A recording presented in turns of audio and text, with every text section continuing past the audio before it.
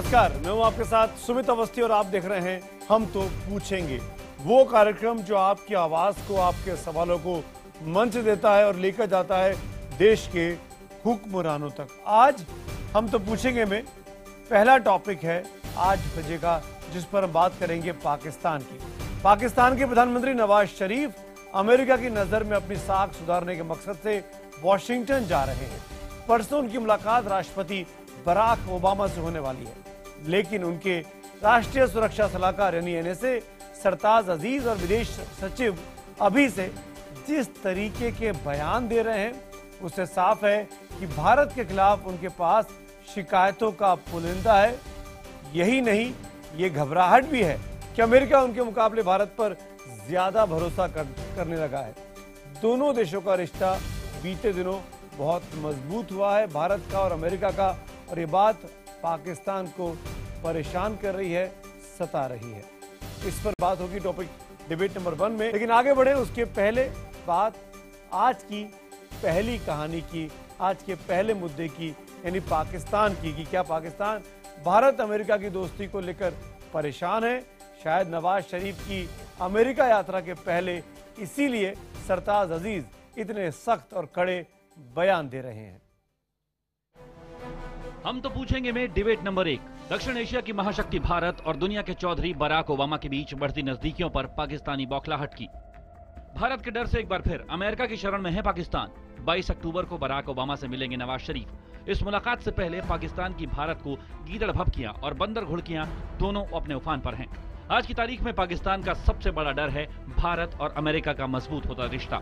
जरा पाकिस्तान से विदा होते राष्ट्रीय सुरक्षा सलाहकार की अमेरिका के आगे गिड़गिड़ाहट सुन लीजिए। कश्मीर के ताल्लुक क्या है, वो ये एक फ्लैश पॉइंट बनता जा रहा है, तो वो अब यहाँ भी जा रहा है, इस पर बात होगी। और यहाँ बात थोड़े से आगे बढ़कर ये होगी कि आप हिंदुस्तान से जो ताल्लुकात कर रहे हैं, डिफेंस कोऑपरेशन कर रहे हैं, वो इस तरीके से ना करें कि हमारा रीजनल इम्बैलेंस और बढ़ जाए। यही नहीं, अपने न्यूक्लियर हथियारों पर सफाई देते हुए अजीज भारत से अपना डर नहीं छिपा सके। अजीज ने कहा कि ये हथियार भारत को धमकाने के लिए हैं और पाकिस्तान अपनी सुरक्षा से किसी हाल में समझौता नहीं कर सकता। तो पाकिस्तान के विदेश सचिव इस बात का रोना रो रहे हैं कि भारत उनके मुल्क में दहशतगर्दी बढ़ा रहा है। पाकिस्तान में अगर कोई भी नॉन स्टेट एक्टर या कोई भी अगर दहशतगर्दी में मुलव्वस है, हम उसको कलाकुमा कराएंगे। लेकिन बदकिस्मती से हिंदुस्तान में आपको पता है कि उधर तो स्टेट एक्टर्स अब इन्वॉल्व हुए हैं और हमने यूएन में उनको सबूत भी दिए। हालांकि अमेरिका अब पाकिस्तान का हर दांव समझता है, इसलिए वो इस्लामाबाद की बातों पर कान भी नहीं देता। वॉशिंगटन बार बार इस्लामाबाद को भारत से रिश्ते सुधारने की सलाह देता है। पाकिस्तान की तरफ से इस तरह की बात आना नितांत हास्यास्पद है, क्योंकि आतंकवाद के विषय को लेकर भारत की अंतर्राष्ट्रीय स्तर पर छवि और पाकिस्तान की अंतर्राष्ट्रीय स्तर पर छवि में भारी अंतर है। बहरहाल, नवाज शरीफ और ओबामा की अमेरिका में मुलाकात से पहले हम तो पूछेंगे, क्या भारत अमेरिका की बढ़ती दोस्ती से बौखला गया है पाकिस्तान? तो आज हम तो पूछेंगे में हमारा सवाल एक बार फिर से सुनिए कि क्या भारत अमेरिका की बढ़ती दोस्ती से पाकिस्तान बौखला गया है, परेशान हो गया है? हाँ के लिए IBN 7 स्पेस देकर Y लिखिए, ना के लिए IBN 7 स्पेस देकर N लिखिए। अपनी राय हमें 51818 पर SMS करें। हमारा हैशटैग HTP और हैशटैग पाक प्लीट्स ओबामा के जरिए भी ट्वीट कर आप अपनी राय हम तक पहुंचा सकते हैं। हमारे फेसबुक पेज IBN खबर के पेज पर जाकर भी आप अपनी सवाल और राय हम तक पहुंचाइए। इस कार्यक्रम में आपकी राय जरूर दिखाई जाएगी। हमारे साथ कुछ खास मेहमान जुड़ रहे हैं, कुछ मेहमान जो पाकिस्तान से इस वक्त हमारे साथ हैं। सबसे पहले मैं उनका परिचय आपसे करा दूं। जानी मानी कॉलमिस्ट, जर्नलिस्ट, लेखिका मेहर तारर मेरे साथ पाकिस्तान से हैं। डॉक्टर मोईद पीरजादा हैं जो कि कॉलमिस्ट हैं, फॉर्मर गवर्नमेंट एडवाइज़र हैं पाकिस्तान में और एडिटर हैं दुनिया न्यूज़ के स्ट्रेटेजिक अफेयर्स के। उनका भी मैं खैर मकदम करता हूँ, वेलकम करता हूँ। हमारे साथ भारतीय जनता पार्टी के प्रवक्ता डॉक्टर संबित पात्रा, कांग्रेस के नेता प्रवक्ता अर्जुन मोढवाडिया, जाने माने रक्षा विशेषज्ञ सुशांत सरीन और PDP के यूथ विंग के अध्यक्ष वहीदुर रहमान पारा साहब भी जुड़े हुए हैं। पहला सवाल सीधे तौर पर मेहर मैं आपसे लेना चाहूंगा और ये मैं बता दूं कि आज हम बजर राउंड 30 सेकंड्स का रखेंगे, क्योंकि आज 6 गेस्ट हैं, वक्त आधे घंटे का ही है मेरे पास, ताकि ज़्यादा से ज़्यादा बातचीत हो पाए।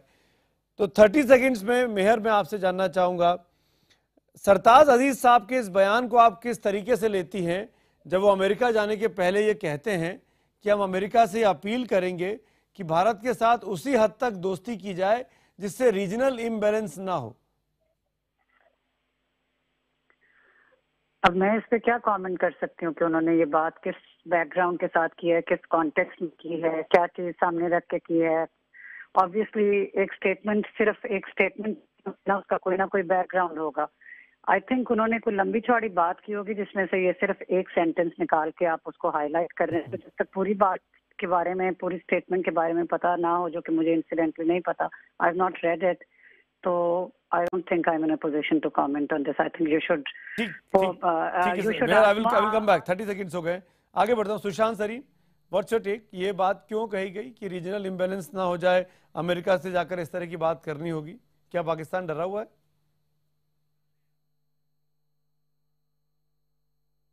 डरने की बात नहीं है। मेरे ख्याल दो चीज़ें हैं। एक तो इसमें कोई नई बात नहीं है जो सरताज अजीज़ का बयान आया, ये पहले भी पाकिस्तान के कई हुक्मरान तबके में से लोगों के इस तरह के बयान आए हुए हैं कि स्ट्रैटेजिक इम्बैलेंस ना हो। अब उससे उसकी मुराद क्या है ये वही जानते हैं, शायद हमको तो नहीं पता। दूसरी चीज़ ये है कि पाकिस्तान एक अपॉर्चुनिटी अभी देख रहा है कि वो अमेरिका की कुछ मजबूरियां हैं और उसका फ़ायदा उठाने की कोशिश कर रहा है, तो शायद उस पर भी उसका भी इस्तेमाल करने की कोशिश की जा रही है। जी, 30 सेकंड्स हो गए। डॉक्टर पीरजादा, मोहित पीरजादा मेरे साथ है पाकिस्तान से। कश्मीर एक फ्लैश पॉइंट है, ये इशू भी हम उठाएंगे अमेरिका के साथ बातचीत में।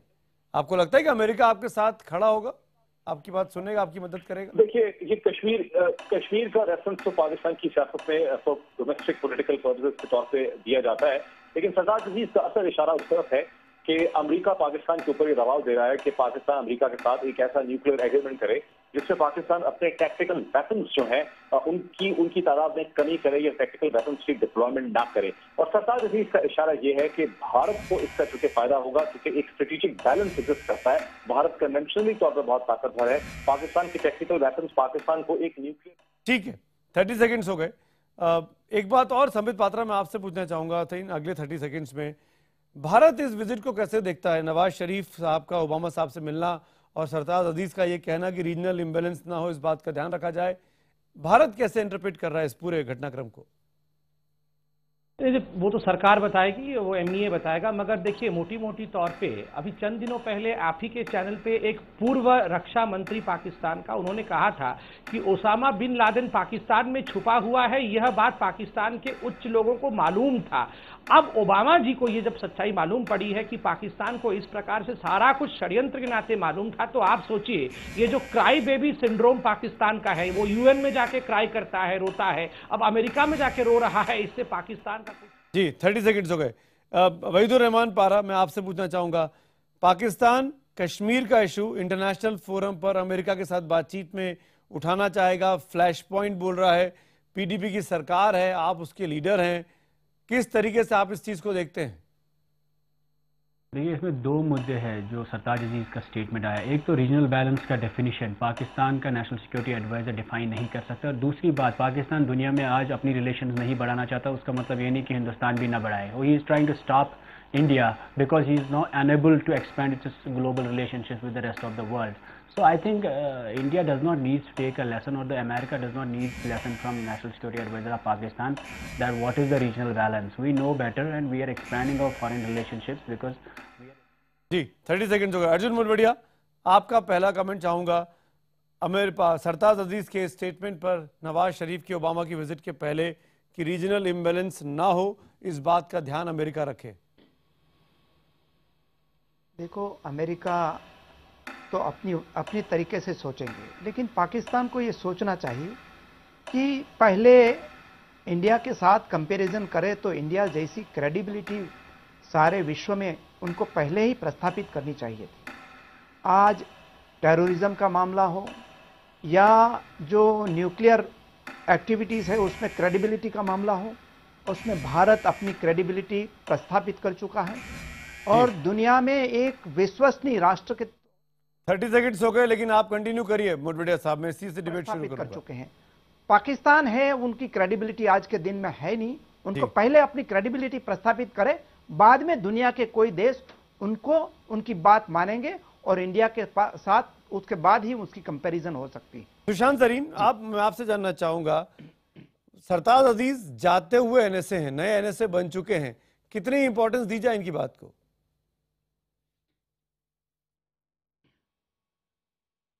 इंपॉर्टेंस तो वो अपनी बात तो नहीं बोल रहे होंगे, वो भी किसी ने उनको बोला ही होगा वो बात बोलने के लिए।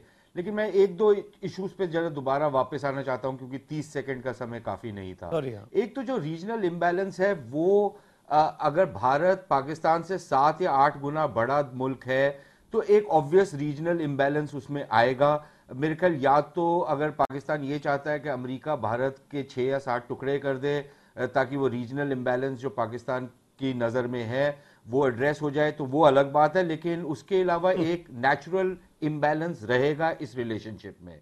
दूसरी चीज ये कि जो भारत की अहमियत है और पाकिस्तान की अहमियत है, चाहे वो आर्थिक लिहाज से हो या और बाकी सारे लिहाज से हो, मेरे ख्याल वो भी काफी वाजे है सबके सामने, तो वो भी एक इम्बैलेंस रहेगा।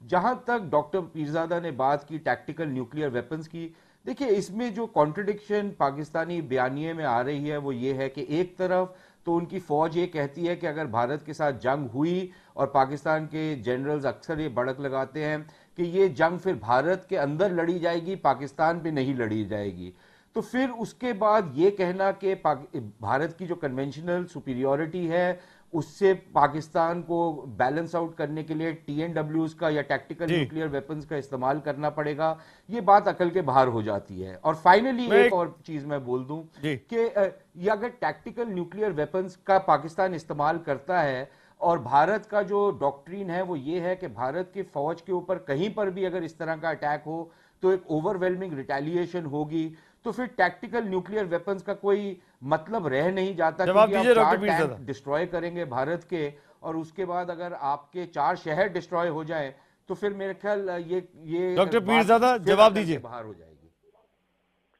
देखिए, बात को गलत समझा जा रहा है। टेक्निकल वेपन्स, पहले तो बात है कि पाकिस्तान के जो जर्नल रिटायर्ड किस्म की बातें और रेटरिक कहते हैं कि भारत के अंदर जंग लड़ी जाएगी, उसकी कोई स्ट्रेटेजिक वैल्यू नहीं है।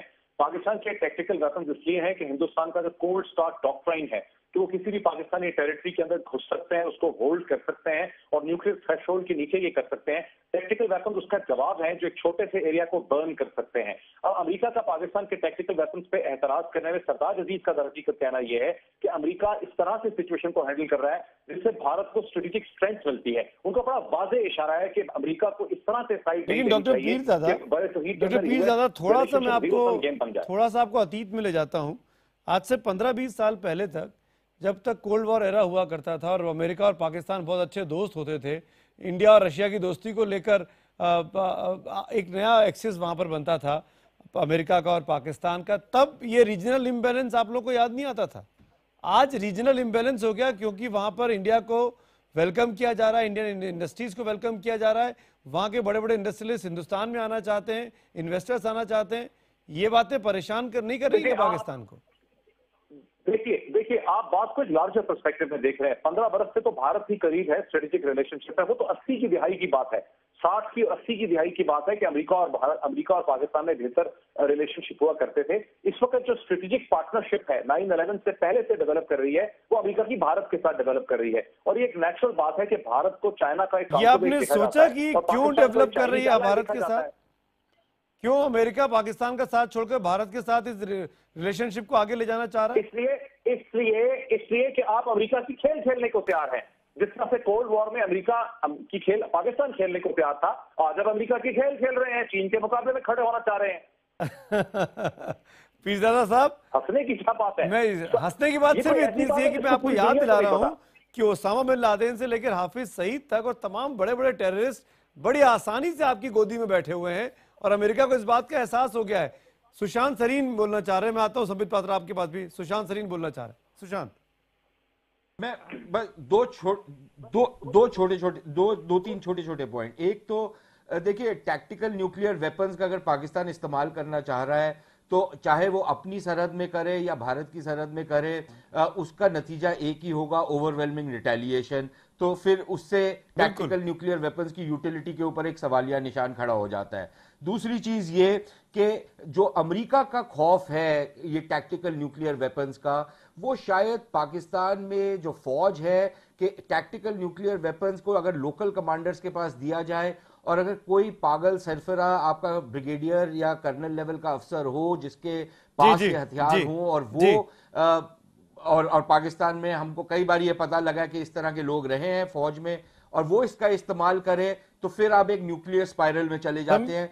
इसलिए इसको एक लिहाज से एक इनसिक्योर वेपन माना जाता है और वही अमेरिका पाकिस्तान को बता रहा है। संबित पात्रा, आपने हाथ उठाया था, आप कुछ बोलना चाह रहे थे। संबित, देखिए, मुझे याद है सुमित, हमने चंद दिनों पहले एक बहुत महत्वपूर्ण डिबेट किया था, आप ही के चैनल पे किया था, जब दो बड़े थिंक टैंक्स, अमेरिका के ही दो बड़े थिंक टैंक ने ये कहा था कि किस प्रकार से पाकिस्तान के पास एक बहुत बड़ा स्टोरेज है न्यूक्लियर वेपन्स का, और बल्कि वो नंबर 300 के आसपास ही बता रहे थे, आपको ध्यान होगा तो, और किस प्रकार अमेरिका सहित पूरा विश्व इसको लेकर चिंतित है। और अभी जो सुशांत सरीन जी ने बोला कि रॉन्ग हैंड्स में ये न्यूक्लियर वेपन जा सकता है, ये एक बहुत बड़ा मसला है जो अमेरिका जरूर ध्यान में रखे हुए है। दूसरी बात यह भी हमें नहीं भूलना चाहिए, जो मैंने ओसामा बिन लादेन वाला विषय बताया वो आप ही के चैनल में खुलासा हुआ था। पीओके में किस प्रकार ह्यूमन राइट्स का वायलेशन हुआ है वो भी आप ही के चैनल ने खुलासा किया है। इस तमाम चीजों को देखकर पाकिस्तान की इमेच्योरिटी उजागर होती है। पाकिस्तान के राहिल शरीफ हो या पाकिस्तान के तमाम मंत्री ये कहते हैं कि शब्बे बारात के लिए हमने न्यूक्लियर वेपन नहीं बनाए हैं,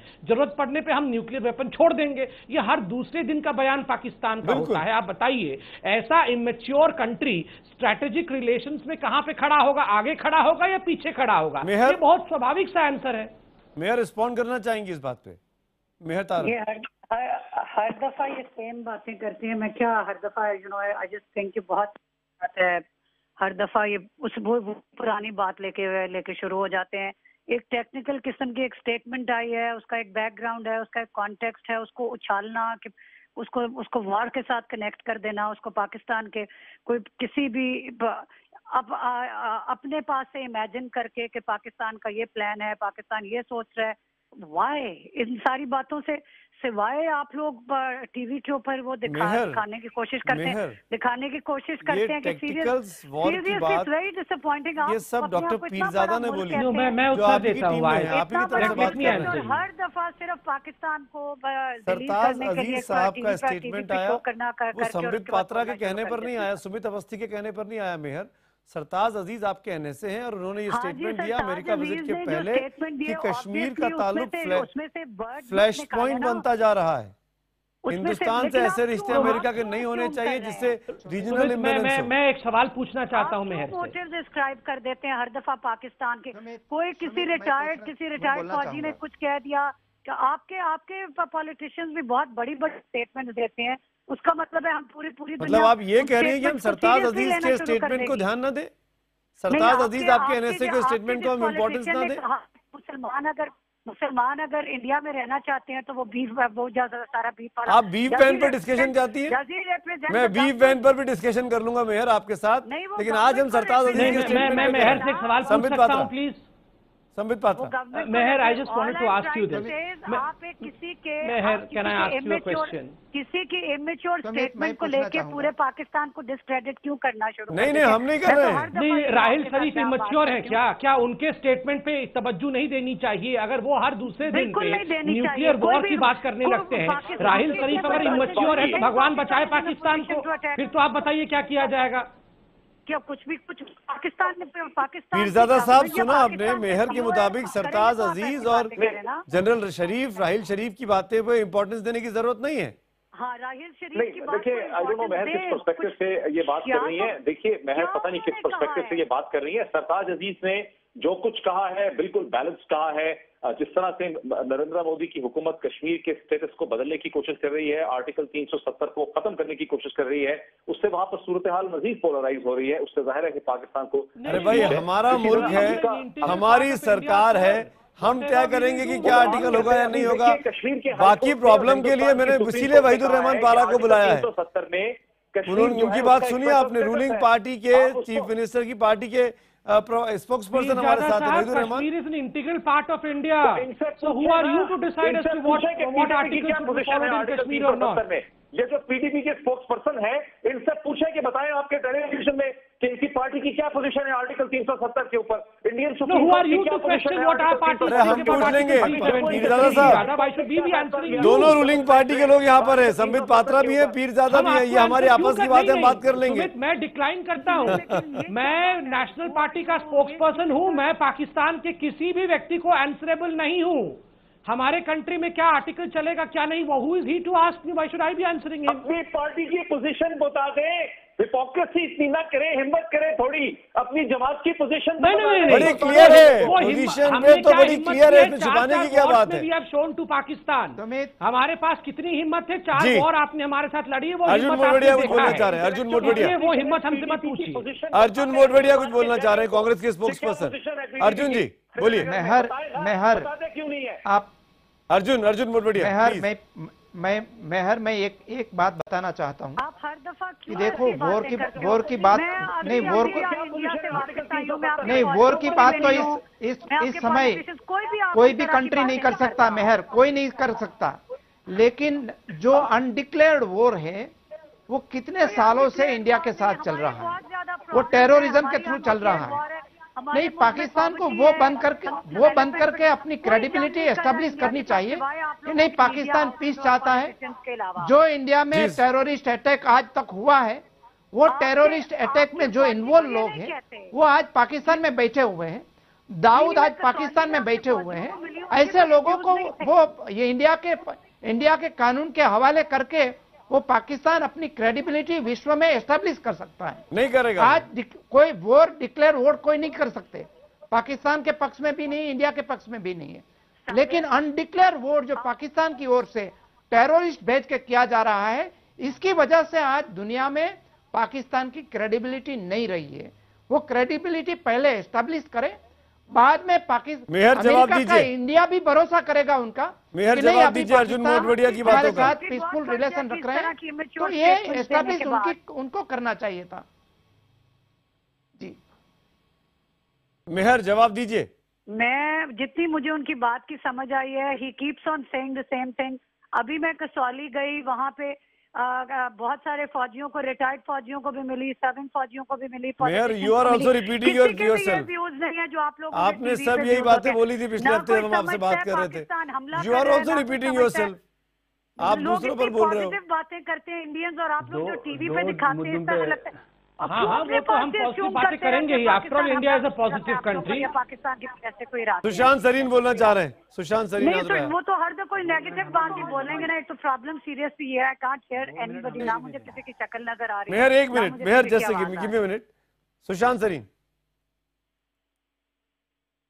मुझे देखिए, मैं डॉक्टर पीरजादा एक बड़े संजीदा एनालिस्ट हैं पाकिस्तान के, लेकिन जब डॉक्टर पीरजादा ये बात करते हैं कि आर्टिकल 370 चेंज होने वाला है वगैरह वगैरह, बिल्कुल ये हकीकत पसंदी की बात ही नहीं कर रहे। अब सरकार जो मर्जी चाहे, लेकिन जो एक पॉलिटिकल डायनामिक है उसके बरक्स अगर कोई भी सरकार काम नहीं कर पाएगी, और अगर सरकार एक नॉर्मल लेजिस्लेशन नहीं पास करवा पा रही संसद में, तो ये एक्सपेक्ट करना कि कॉन्स्टिट्यूशनल अमेंडमेंट पास करवा पाएगी, मेरे ख्याल ये अकल के बाहर है। तो पीरजादा साहब या तो मेरे ख्याल इनके पास इंफॉर्मेशन का कोई फ्लो नहीं है, या ये एक तरीके का इंफॉर्मेशन को तोड़ मरोड़ करके देख रहे हैं, लेकिन थोड़ी हकीकत पसंदी की बात करनी चाहिए। जहां तक ये टैक्टिकल न्यूक्लियर वेपन्स वगैरह की बात है, अब पाकिस्तान के जो विदेश सचिव हैं, उन्होंने अगर कल बयान दिया है, उन्होंने जो, sir let me just finish sir, उन्होंने जो कल बयान दिया है या आज सुबह जो आया, जो पाकिस्तानी अखबारों में शाया हुआ है, तो उसमें तो वो तो वाजे तौर पे कह रहे हैं कि हम कैसे इसका इस्तेमाल करेंगे वगैरह वगैरह। अब अगर हम मेहर तरार ये चाहती हैं कि हम उस पर ना बात करें, तो ये इनकी मर्जी है, लेकिन हम तो, जैसे आपका प्रोग्राम का टाइटल है, हम तो पूछेंगे, तो हम पूछ रहे हैं। अब कोई जवाब दे या ना दे वो उसकी मर्जी है। पीरजादा साहब respond to this. Can I respond? या please 30 seconds, you have 30 seconds. देखिए, सुशांत बिल्कुल सही कह रहे हैं कि मोदी साहब की सरकार के लिए कोई आसान काम नहीं है आर्टिकल 370 को खत्म करना। हिंदुस्तान में बड़ी रेजिस्टेंस है इस इशू में, और आपके जो पैनलिस्ट बैठे हैं वो सच बता ही नहीं रहे लोगों को कि झगड़ा क्या है जम्मू एंड कश्मीर में। कि पीडीपी की पोजीशन है कि आर्टिकल 370 खत्म नहीं हो सकता, बीजेपी उनकी मखलूत पार्टनर है, उनकी पोजीशन है कि आर्टिकल 370 को खत्म करना है। अभी इसे कहते हैं आर्टिकल 325 जो 35A है उसको चैलेंज किया गया। मैं आना चाहूंगा। एक मिनट वहीदुर रहमान पहले और फिर उसके बाद संबित पात्रा आपके पास। वहीदुर रहमान जी, दो बातें मुझे कहनी है। जब पाकिस्तान से ये बात होती है कि रीजनल इम्बैलेंस होता है, तो रीजनल इम्बैलेंस उस वक्त भी हुआ जब पाकिस्तान नेटो का हिस्सा बना और हिंदुस्तान नहीं बना। रीजनल इम्बैलेंस उस वक्त भी हुआ जब अफगानिस्तान में अमेरिका को दावत, अब देखिए जब नहीं आप हिस्सा बने बाज़ाब्ता अफगानिस्तान में दावत दी अमेरिका को, जो आपने वॉर ऑन टेरर पे उनके साथ अलायंस किया, उसके बाद अब आप सस्टेन नहीं कर पा रहे रिलेशन, तो आपको लगता है इंडिया का रिलेशनशिप क्यों वर्ल्ड के साथ बढ़ रहा है और अमेरिका के साथ क्यों बढ़ रहा है। तो today you sees as a regional imbalance, when it serves you it is good and when it does not serves you it's bad. दूसरी बात, जो आप 370 की बात करते हैं, 370 is not something which is being gifted bye Pakistan, it is not a constitutional guarantee given by the constitution of India, given by the people of India. ये पाकिस्तान ने कोई तोहफे में कश्मीरियों को नहीं दिया है, तो ये तो हमारे मुल्क ने दिया, हमारे आईन ने दिया है, which is something which is personal to us, which is domestic. Waheedur Rahman ने बहुत ही क्लियर कैटेगोरिकल बातों में, शब्दों में अपनी बात क्लियर कर दी, पीडीपी का स्टैंड क्या है। संबित पात्रा। नहीं, देखिए मैंने आपको बड़े स्पष्ट शब्दों में कहा कि पाकिस्तान अपने बालूचिस्तान के बारे में डिस्कस करे, वो इंडिया में आके कश्मीर की नीति पे हमारे साथ डिस्कशन ना करे, ना ही हम इनको जवाब दे हैं, ना हम जवाब देना चाहेंगे। कौन से आर्टिकल को हमें रखना है, कौन से आर्टिकल को हमें रिपील करना है, आप parliament is competent enough to decide and discuss about all these issues. आप पहले अपने घर में सोचिए कि आपकी कंट्री को रूल कौन कर रहा है, आर्मी रूल कर रही है, ISI रूल कर रही है, या डेमोक्रेटिक पावर्स रूल कर रही है। Sort out your own problems rather than peeping into our affairs.